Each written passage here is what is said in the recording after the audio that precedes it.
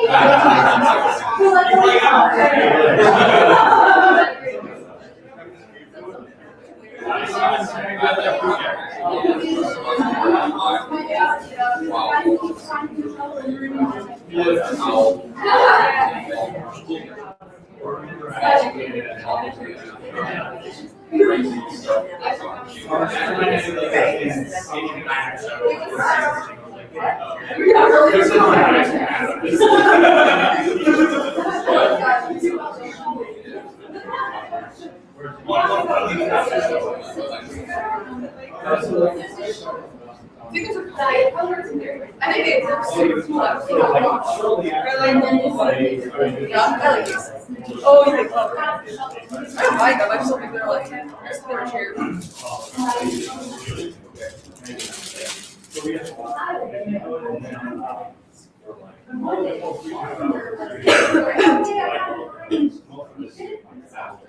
I did something for the first time yesterday that I haven't done in a while. Well, I would say first time, but I actually had something. I went to the condo. That's not honestly, like, I don't find exercising in certain forms, but I can't do gyms. Oh, yeah, you want to go. So, I can't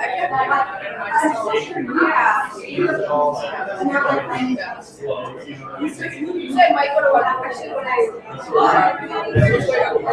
I'm like a separate gym. It was like a tiny little closet, like a tunnel, and like people's weights and things, like those are exercises. But they still have like this every day. But yeah, so I would just like drink so much water. And I would just like go and like go back to work. Which is so wired for the content. Just going like wrong.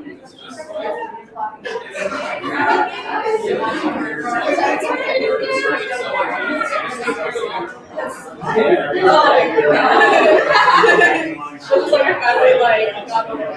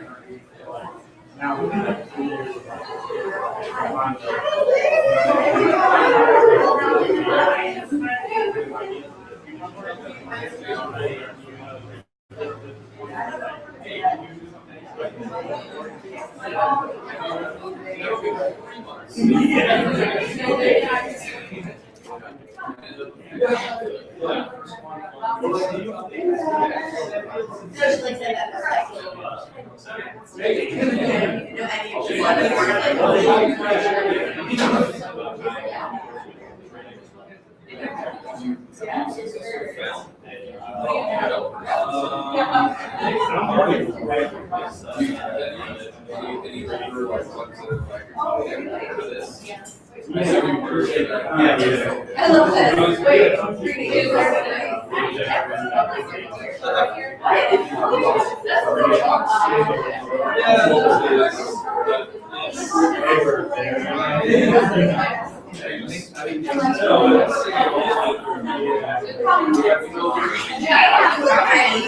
Oh, I love your shirt. Thank you.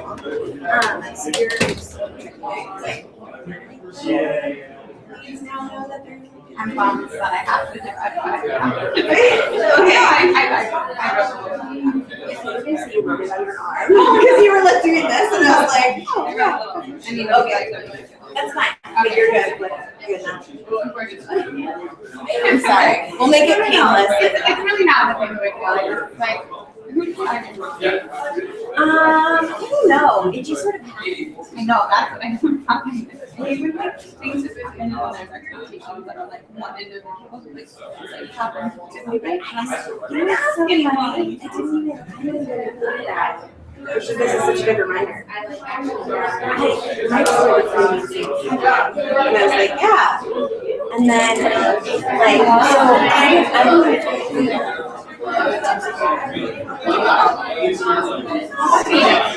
I know time, but like that's a really good reminder. I didn't even but anyway. yeah, no, I'm not. I just that's it's not even the fact that like we have to do it. It's just that like one person makes the decision and like I totally get it. it's also been like not just this, but just like other things that are like starting to happen that like things that are happening that like no one's decided that. It's just that like someone decided to do it and now everyone expects me to do it. I get that. I totally get that. Graduation's actually right now.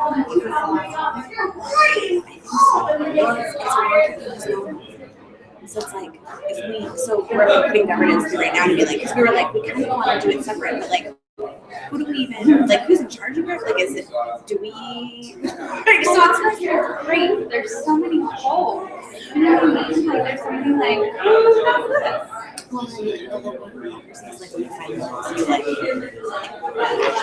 passion sounds right, but like you're like, okay, so I'm just amazed it's gone so long without anybody being like, really owns graduation, like, makes decisions around graduation, because right now everybody just sort of like pieces together. Because it's like kind of careers, but kind of like the teachers, like yeah, and like what is the different tones and like so it's been interesting as we start to like analyze it more. It's been interesting to be like, who knows, like who does what, makes what decisions. I like that. I understand. I like I have like so many issues with like the teachers in general. I'm a very laid back person, and I also like want to be organized so that I can be like I don't want like this. I don't know. Also, like being unorganized with other students. Like I was a student and like watching like throw together things last night. It's just like yeah. It's like what are you? So that's my. This is super organized. I mean, yeah, Rachel's. Yeah. Yeah, I get it. So That's yeah, a good so reminder. this is fine. But like whatever.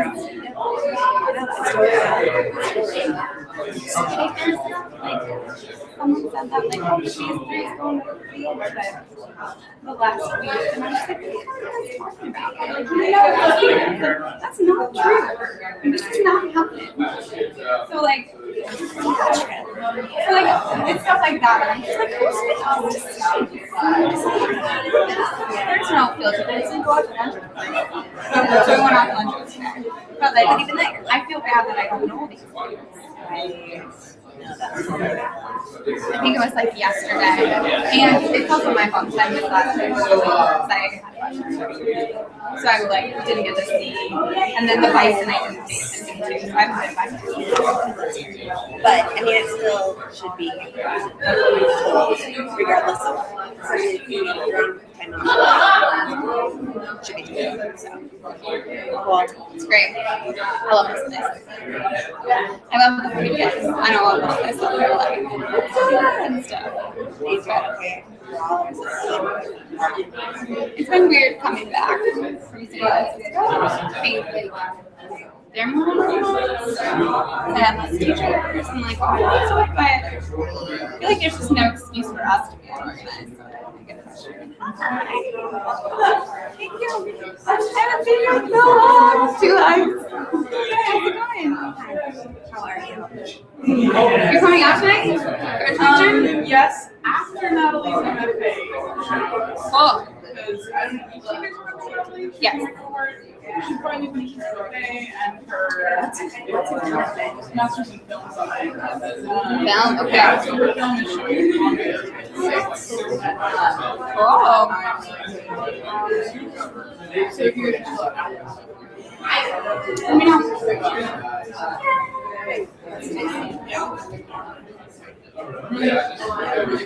she did. It's weird.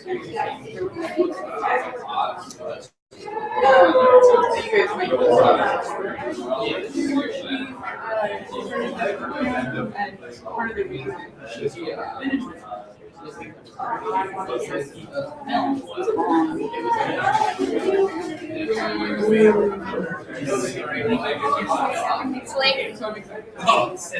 awesome. Is this you? Oh no, Mariah. I can imagine.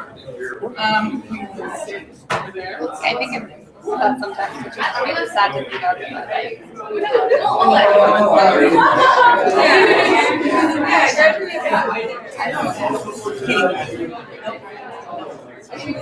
even trying to imagine so not happy.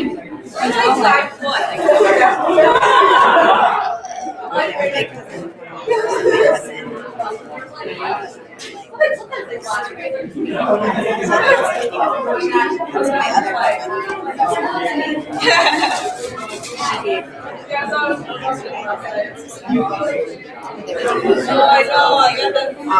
the weirdest, that's like the closest I've ever come. That's the closest I've ever come to being a kid. Like, I don't like this feeling, like losing someone that could, like very much like their child. I think it's cool though how this conversation is getting really deep, but like how people do like, you know what I mean? Like, so wherever you want, yeah. Like you know what I mean?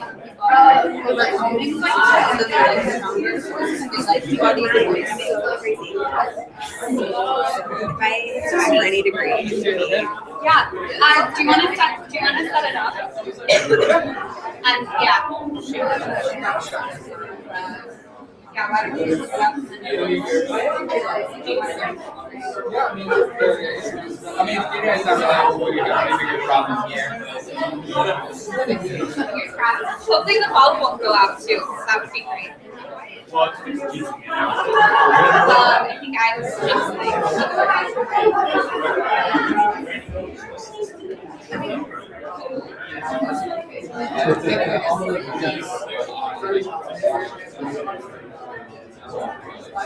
what?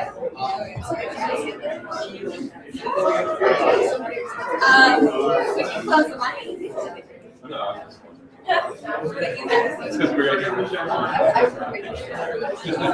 It was. You can turn off these too, like.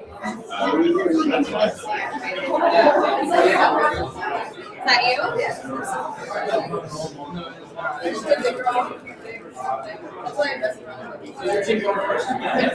Alright, just now you can see it. Who was the one that organized the drinks? I should probably. Do you all have your laptop set? Your laptop is stuff? It's off Steph's laptop. Just Steph has it? We have an old timey radio. An old timey microphone. Yeah. I did turn off my you still next to the microphone or you so I pick up an email. Hey! I'm great. She's on one. Nope. I'm gonna have some on the sea lions next. There's Casey Garden and yeah, look, and then I'm going to the rock clubs. So the rock clubs are going to be the ones that are at phase right now. They're going to be big up.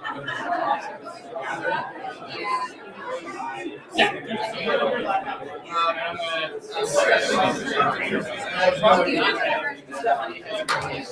I had these guys figured out that's my vote. Oh, yeah. Let's make sure and then I'm gonna.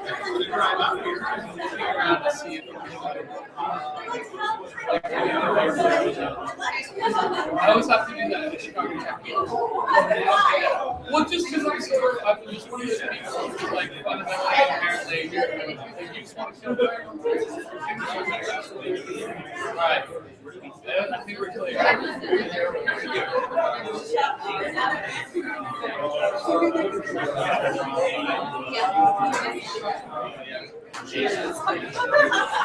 Yeah, by the way.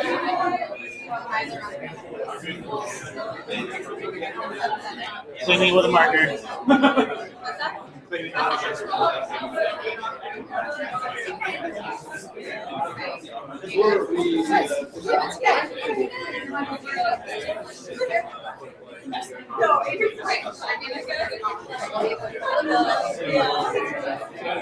We have to list the screen sizes again because it kind of goes here.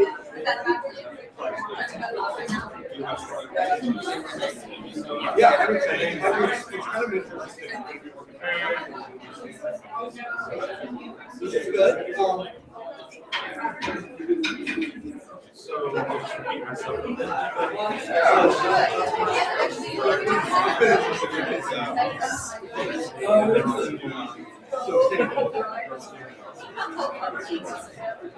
Yeah, I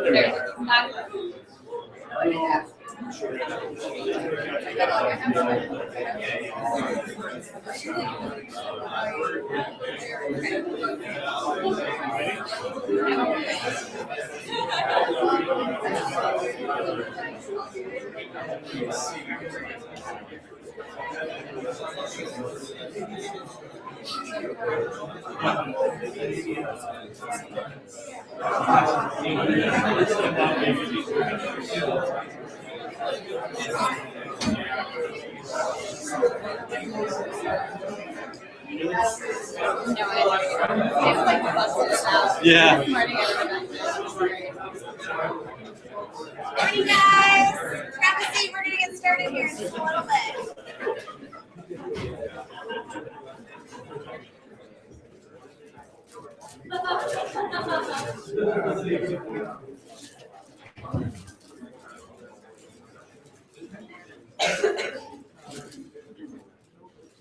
Good morning. How's everyone doing? Woo! We have one enthusiastic participant. No, I'm kidding. That's perfect.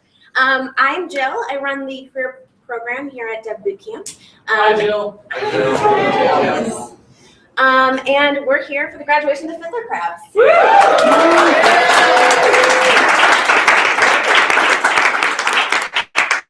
I see some faces in the audience I haven't seen before, friends, family, employers, to give you a little bit of understanding around Deb Bootcamp and what we do.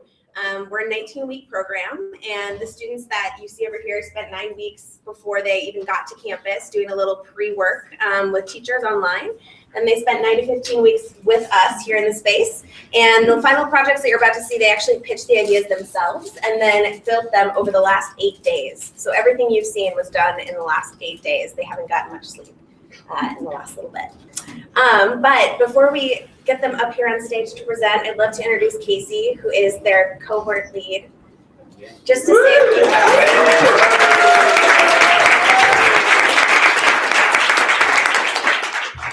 So I have been with the Fiddler crabs, also known as Los Congrejos, for the past 9 weeks.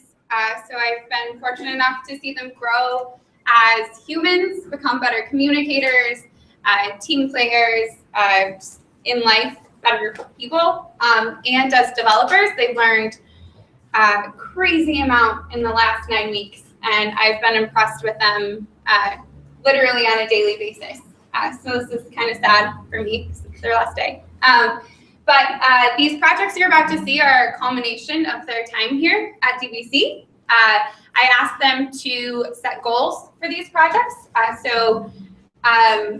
whatever they wanted to focus on. It's been a really great learning experience for them over the last 8 days, 4 of which they did not have internet. So 4 days with nice strong internet, 4 days with trying to figure it out. These projects are how they accomplish those goals that they set for themselves. So are we ready?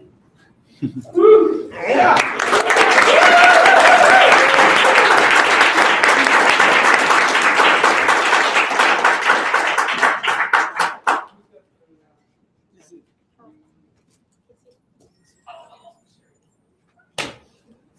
Oh, it's turning on now.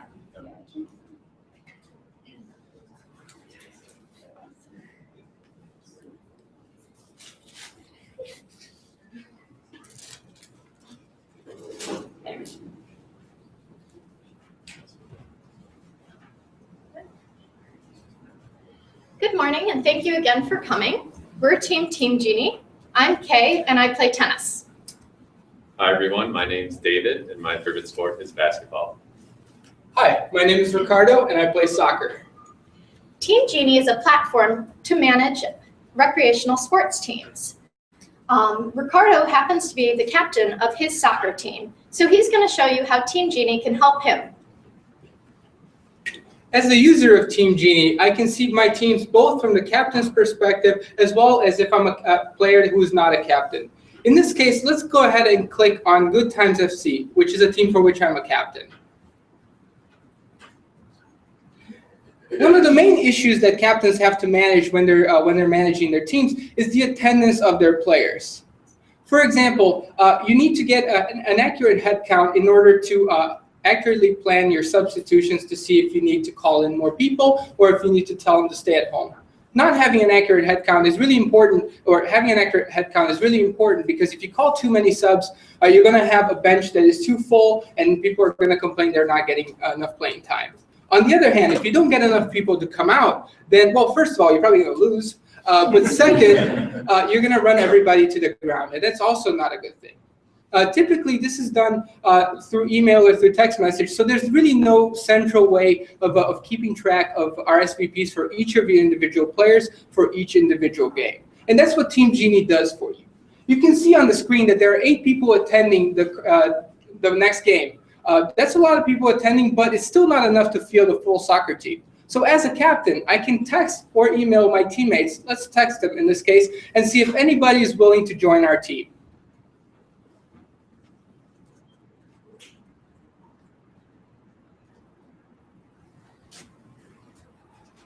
Oh, looks like I just got a text from my team captain, Ricardo. He says that he needs an additional team member to join our team. I'm going to text him back my friend David's phone number because David said, or I'm sorry, his email, because David said that he was interested in joining our team. And so maybe we can invite him to join. Great. It looks like David's going to be able to join our team. So let's go ahead and invite him through Team Genie.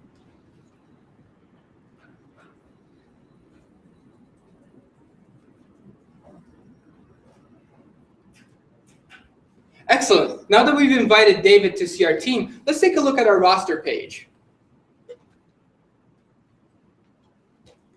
Our roster page is meant to be a one-stop shop for a team captain to be able to remove players, add players, and do any kind of communication that he or she needs to do with their team.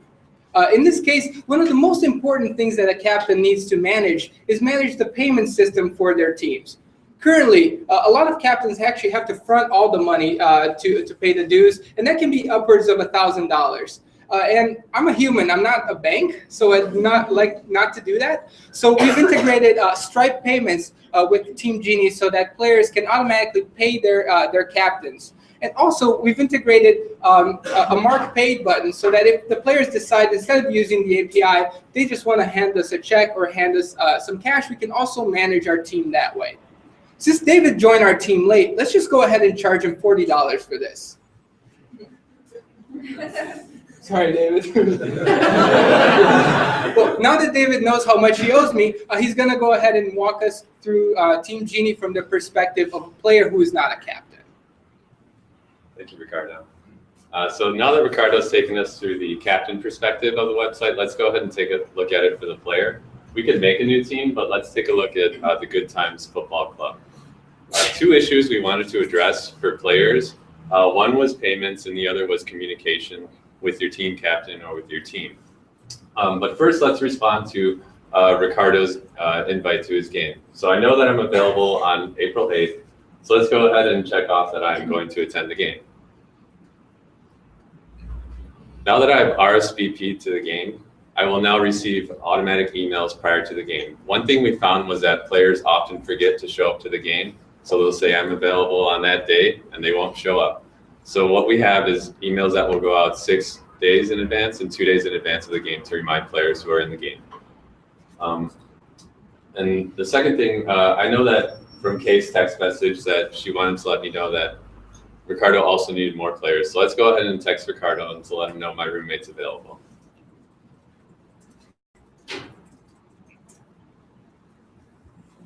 And another thing that players are extremely guilty of is, as Ricardo mentioned, captains can pay upwards of $1,000 for a team to be fielded. And something I'm extremely guilty of when I play is I forget to pay or I avoid paying. So with our app, you'll no longer have players that will show up and say, oh, I forgot my wallet, I don't have it. Now we can use Stripe. So we know that Ricardo charged me $40. We can easily just click the button, enter our credit card information, and then that money will go to Ricardo. And now that we've taken you through the captain and player perspective for our app, I'm going to pass it to Kay so she can talk about technologies we use and challenges we face as a group. Thank you, David. So now that we had a chance to look at the app, we're going to talk a little bit about our process for getting the app that you saw on the screen. So to start out the project, as Casey mentioned, we came up with some goals for ourselves. Our number one goal was to design and build a beautiful Rails app that showed off our skills that we've learned at DBC over the past 9 weeks. We also secondarily wanted to expand our knowledge beyond the core DBC curriculum and work integrating some third-party APIs and some additional add-ons that we were all interested in, but simply hadn't been able to fit into the tight curriculum schedule. Finally, we wanted, since this was our first major project as developers together, we really wanted to focus on making it a positive team experience for all three of us. So moving on from there, the actual process. So Ricardo had the idea for Team Genie about he'd had the idea for a little while, but 8 days ago presented it to all of us. And we began to sketch out some user stories and talk about how someone would actually use our app. We've designed a basic database structure and some of the general routing. Our next step was to begin to implement some of that to create a basic structure that we then could integrate third-party APIs and those add-ons I've discussed earlier. Finally, we circled back, did some user testing, made sure that everything was working, and iterated through a number of different versions. We used Git throughout this entire process, and we're very careful that all of our specs were passing before we merged things and deployed anything that an actual user would ever encounter. We also tried to follow agile development practices and did 4 stand-ups a day and things like that, just to ensure that we were all staying on the same page and we were accomplishing the tasks that needed to be done on this tight time frame. Our team did choose to prioritize testing. This was a big choice for us because I think when you're working on an 8-day time frame, part of the idea would be just like, let's add as many features as we can. But we learned very quickly that having those tests and having those specs pass was incredibly valuable when we hit a point where we actually ended up rerouting some stuff and our specs failed. And so instead of having deployed something that was going to break our entire app, we saw that and were able to adjust accordingly. We used Travis CI and Simple Code to ensure that we had full coverage of our app and that nothing was going to be deployed that was going to break anything. So our core technologies, as I think everyone would expect from DBC, were things that we covered here. The big choice that we did make was going with a relational database with the Postgres database, basically because our models were fairly linearly related, and so it made most sense to make that choice. Then we get to kind of an exciting part, in my opinion, and that was all the add-ons and cool new things that we could learn about. one thing that David mentioned was these scheduled emails. That meant that we needed to configure backend processes, which we did with Redis and Sidekick, so that we could, so that when a captain creates a game, emails could automatically be scheduled so that the captain nor the player ever needed to be involved in that process again. There were just going to be emails that go out at 6 and 2 days out. To build on those communication structures, we also wanted to integrate texting. So we used the Twilio API to do that. Another big choice that was discussed was the payments. We chose to go with Stripe because Stripe allowed us to have the user pay the captain without us ever having a user's credit card information. This was very important because we really, as a small team working on an 8-day project, we just didn't have the bandwidth to deal with securing something like a credit card or CV. Other technologies that you'll see here, we did use Google, and we discussed using both Devise and Backbone. We ended up deciding that Devise was a little robust for our user authentication process. And while we were all extremely excited about trying to integrate Backbone, it ended up just being that in order to have a complete usable app in 8 days, that wasn't going to happen. But I think that was a choice that we were all a little sad about. And if we get some more time to work on it, we probably will do that. So with that, is there any questions? Sure.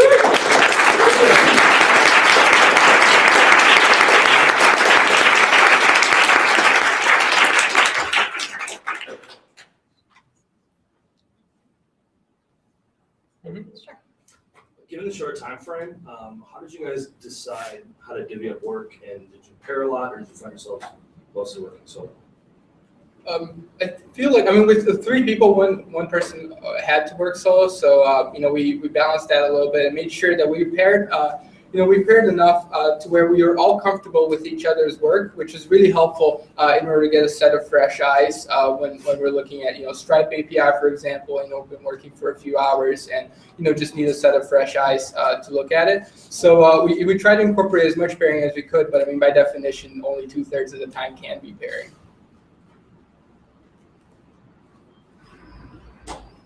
How did you guys handle the no internet situation?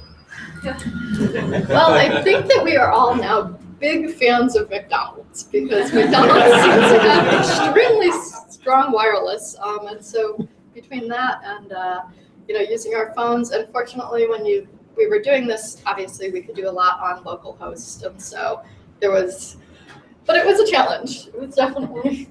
You guys might be the first development team in history to stand up at McDonald's.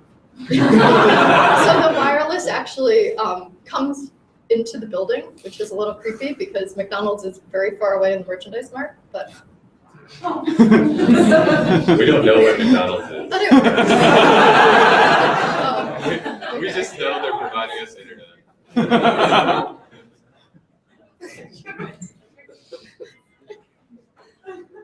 Any other questions? Can you talk a little bit about how you went through user story creation and then how you could prioritize the tasks that you were going to do, and then maybe some ones that didn't quite make it that you got some accomplishments and maybe still backlog? Yeah. So we play intramural sports. So the user stories really come from the pain points that we've experienced both as captains and as players for teams. So coming up with the user stories was actually pretty easy because all we had to think was like, well, remember when that was a pain? Remember when this was a pain? So, what would make our lives easier as captains and as users? And that really drove the process of coming up with our user stories. For the most part, we were able to implement, in terms of user stories, most of the things that we wanted to for a core app. There wasn't a whole lot in terms of user story that we didn't incorporate. I think it's mostly from the technology side. We really would have liked to have had Backbone on there as a kind of single page app that refreshes more easily, but we just didn't get around to that because just too many features that we needed to implement. We want to make sure that we covered all that with testing as well. I think to build on that, this was a really nice app from the perspective of it was quite modular, and so we were able to prioritize getting sort of the captain's interface done first and then focus a little more on how the player was going to interact. and just sort of see how we were going step by step.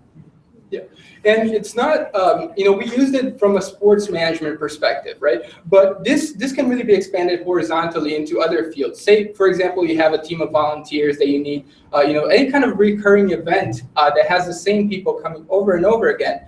We can expand horizontally into that space. We just chose to use the team captain because it was a limited scope given the limited time we had.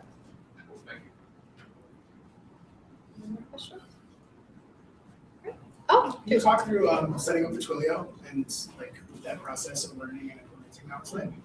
Okay, I actually worked on that portion of the app. Working on the Twilio API was actually kind of easy. It wasn't as hard as I thought it would be from hearing horror stories from Kay about that. It was really easy to implement. They have documents online. The hardest part, I think, was setting up the team text because you have to send the whole object to the other side of the database, and then you have to iterate through everybody. So I think that was the hardest part of working with the Twilio API. But other than that, it was pretty simplistic and straightforward. I have a follow-up question on that. What happens when you text back? If it's coming from like your short code or your Twilio number, when you text back, does the app handle that? No. Okay. Yeah, the app does not handle that. But that's something obviously we could implement in the future.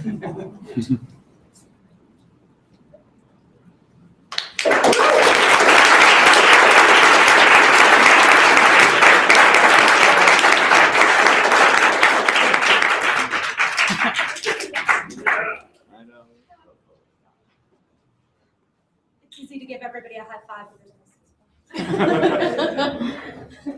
All right, just a moment here. We're actually going to get our Chromecast set up. As you have heard, we were without Wi-Fi until last night. Everything should be working, but it might take us just a sec to double check. Where is our remote? Oh, I have it. Do you mind if I grab the remote? Awesome, thanks. Carrie, do you want a chance to make sure it's up on there? Just a sec. Here's a little sneak peek of our app right now. Everybody close your eyes, don't look. Okay, good. Don't look. I said don't look. Don't look. Okay. You got it? Is it loaded? There it is. Oh, haha, yeah. Okay, great. Hey, everybody. We are Team PhotoPlop. My name is Stephanie Marks, and with me are my teammates, the lovely Kara Carroll and the amazing Ty Kobaleski. Our project was to create an app called PhotoPlop. It allows you to collaboratively create photo albums online with anybody. So 8 days ago when we first started this project, our ideas were kind of in the clouds. We wanted to build a lot of different things and just have our ideas go everywhere. But when we kept talking through our different user stories, we realized we kept coming across two specific ones. So the first one was really focused on events. I'm a co-founder of an organization called United Latino Pride. Every year we have an event called United Latino Pride Week, and we give a hashtag ULP Chicago out to our attendees so that they can take pictures using whatever device and put it on whatever platform they want and share with their friends that they've gone to our events. So what I find frustrating on that note is having to go to all of those different platforms to find those events, to find those pictures that are being taken to be able to look at them collectively. My user story wasn't so much that I wanted to worry about events, but I wanted everyone to be able to bring in photos. Me and my friends, a lot of us keep the same background on our phone all the time, and it gets pretty boring pretty quickly. So what I wanted was a way for all my friends to come together, build a photo album collectively that we could all have different wallpapers because we all have pretty much the same interest. But at the same time, I have one friend, I don't really trust him. I don't want him to be able to upload photos to this photo album. So I want to be able to set user permissions. Introducing PhotoPlop. Yay! I like it a lot too. It's the perfect solution for both of their problems. For Kara and her super fun events, it's a good solution. All those users that have already uploaded images to Instagram, all Kara has to do on PhotoPlop is go through, search through that Instagram tag, and plop those photos to her album. That way she and her co-founders can look through all of those images in one neat little place, wherever they might be coming from, and really evaluate their events and build their community. For Ty, it's also a good solution. Ty can create an album with whatever title, like our awesome phone wallpapers, send the link to his friends. They can all, or rather all of them that he trusts to upload images, can put those images in the album, share it, download them, tweet them out. It works really well for Ty too.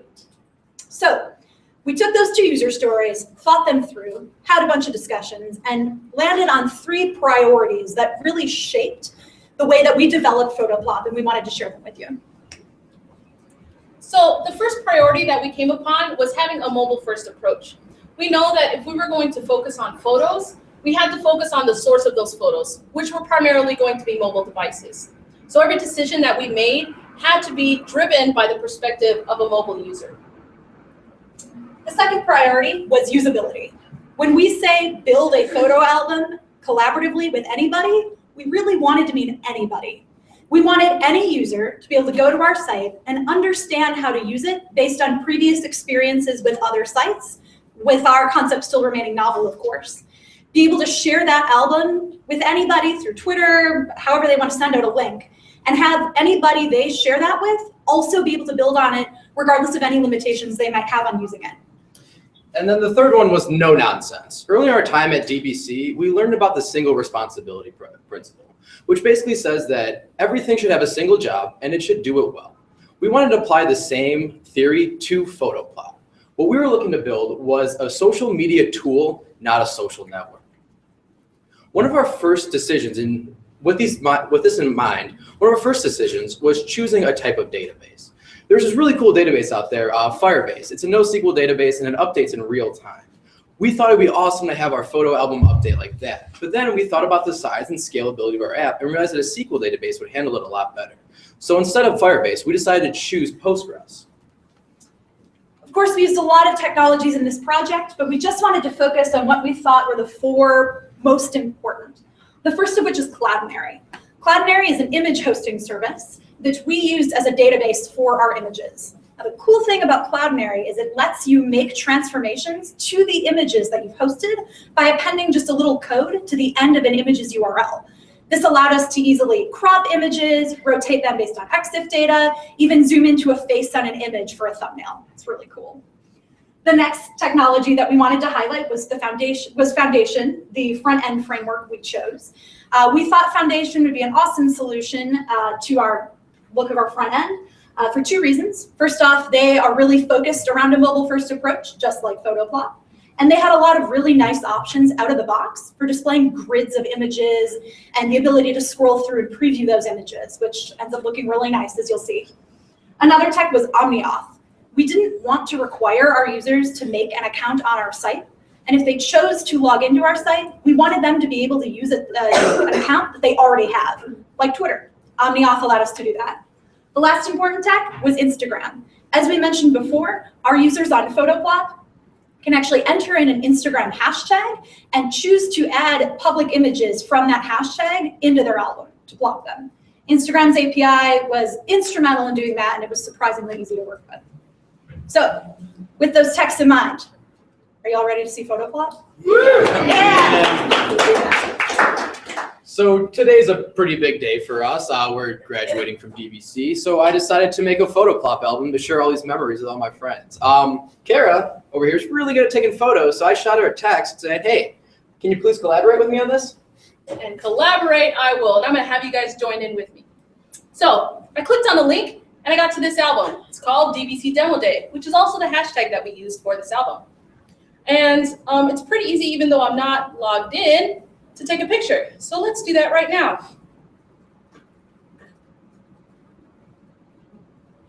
Say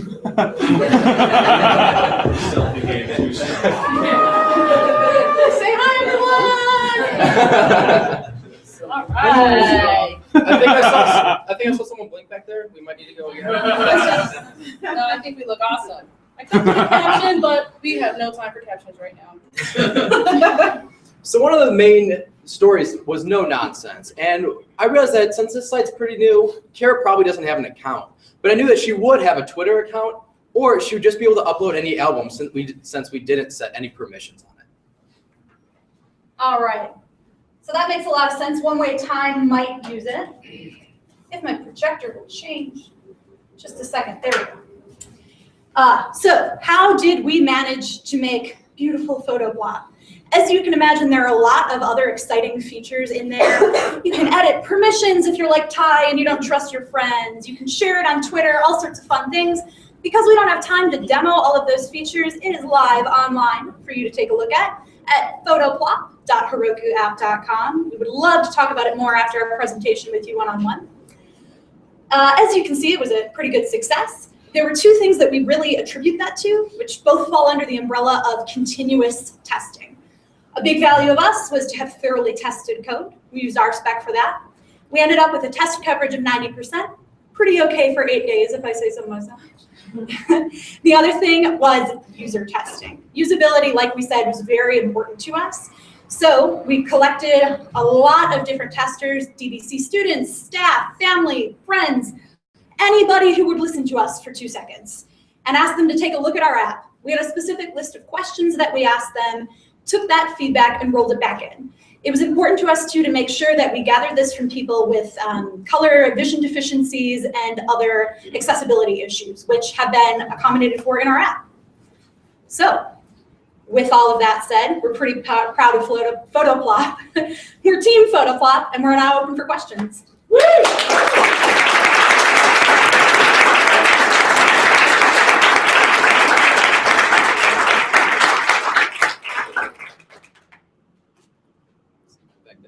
You mentioned accessibility in the UI UX for like colorblind and deficiency. How else do you incorporate accessibility into your actual user experience?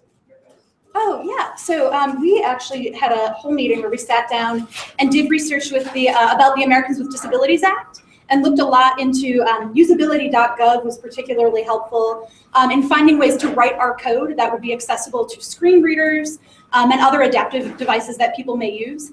It's not entirely perfect yet, but given a few more days, that's something we would really like to be able to implement. It was something important to us. We also did look at fonts that were more readable to people with dyslexia, which we had more time, would have added in. That's a good question over here. Yeah, can you guys talk about if there was a difficult time in your project or anything like that you guys really struggled with or an obstacle that you hit and then how you overcame it? I think, internet not being around aside, Yes. I think one of the main things that we had was tying together jQuery and Foundation. Foundation really uses its own JavaScript, which really clashes with jQuery. So we were trying to put Ajax on our different pages. It was hard to get all of those to mesh and be one cohesive unit. So I think the way we handled it was me and Stephanie actually had to sit down and go through and figure out what is this using, what does this need, and eventually we were able to bring it all together where you're now able to see how it works. Yeah. We thought of it like I was Foundation and like Ty was jQuery. And we said, okay, here's what I want, here's what I can give you. Here's what I want, here's what I can give you. And fought out the Foundation jQuery battle between the two of us. It worked out. The black eye healed in time too. Yeah. So. Were there any technologies you tried to use or evaluated that you didn't wind up sticking with? Yeah, there was one large program that we wanted to use, which was Devise. We know that when we started out, there was a lot of permissions-based user story elements to our project. So we wanted to make sure that we really thought through how that was going to be coordinated. But as Ty said, given our scalability and we were really able to implement a lot of the permissions and authentication that we really wanted to do without having a large-scale platform like Devise to be necessary to use. Any other questions? Oh, yeah. When you were integrating with Cloudinary and Instagram, did you use some public gems, or did you write your own? Can you talk about what you did there? If you did use gems, how did you decide which one was the right one for you? So, Carrie, you can. Well, we spent a lot of time looking at various APIs to think about how we can pull in what people are doing on other platforms so that we wouldn't have to give more work to a user. So when we looked at the Instagram API, I specifically looked at what different platforms they utilize and looked at what specifically was written in Ruby that we could kind of implement using their API. And we used their Instagram Ruby gem that they already have implemented. They had really good documentation that allowed us to utilize their API pretty easily. We also used the OmniAuth Twitter gem that they had that helped us kind of bring in the authentication process for that. Any other questions? Someone wants us to get off, so. Thank you. Thank you very much.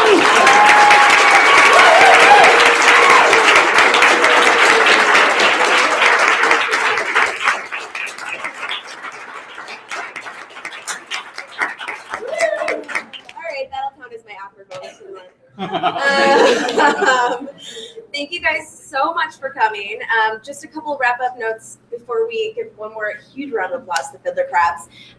We're going to take a small break. If you're an employer who's here to meet and mingle with the students, go ahead, feel free to use the restrooms.